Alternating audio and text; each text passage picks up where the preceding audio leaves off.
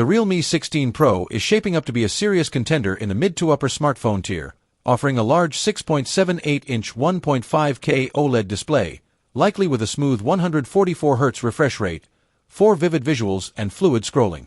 It's expected to include a massive 7,000 mAh battery, which should deliver excellent endurance, paired with fast wired charging for quick top-ups.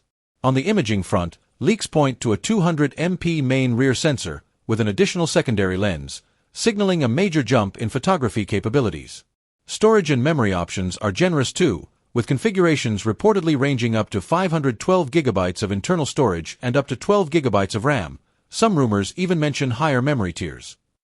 Additional features may include a 50MP selfie camera, in-display fingerprint sensor, and the latest Android Plus Realme UI software. Altogether, the Realme 16 Pro seems positioned to deliver a powerful mix of display quality, battery life, camera performance, and storage, making it a tempting option for users who want a future-proof phone without jumping to ultra-premium flagship prices.